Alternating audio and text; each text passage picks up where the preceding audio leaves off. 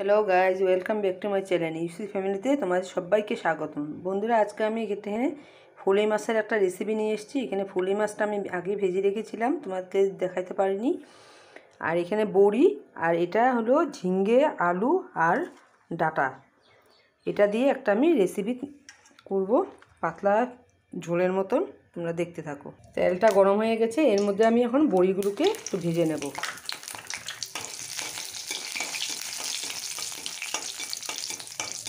বড়িগুলো লাল করে ভাজা হয়ে গেছে, এখন উঠিয়ে নেব। এই তেলটার মধ্যে আমি এখন 5 ফোড়ন দিয়ে দিলাম। এখন এর মধ্যে আমি এই সবজিগুলো দিয়ে দেব।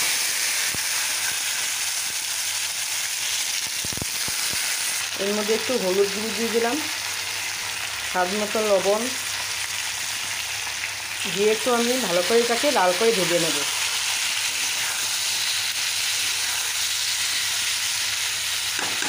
এর মধ্যে আমি এখন কাঁচা লঙ্কা আর আদা একটু পেস্ট করে নেব।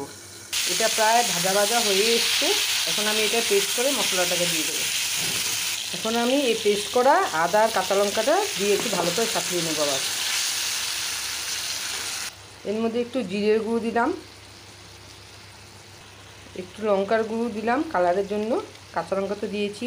এখন একটু সামান্য জল দিয়ে দিলাম, যেহেতু গুঁড়ো লঙ্কাটা দিয়েছি তার জন্য একটু মেশার জন্য জল একটু এড করে দিলাম। এখন আবার একটু ভালো করে সাঁতরিয়ে নেব।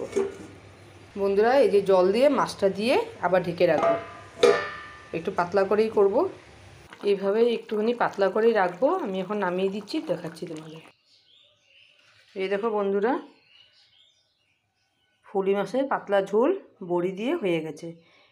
ভালো লাগলে লাইক, শেয়ার, কমেন্ট অবশ্যই করো বন্ধুরা। আমার পাশে থেকো, আমি তোমাদের পাশে থাকবো। আর যারা যারা আমার পাশে আছো একটু কমেন্টও আমাকে জানাবে যে আমি তোমাদের পরিবারে জয়েন্ট হয়েছি করে, তাহলে বুঝতে পারবো কে কে আমার পরিবারে জয়েন্ট হয়েছে। বাই বাই বন্ধুরা।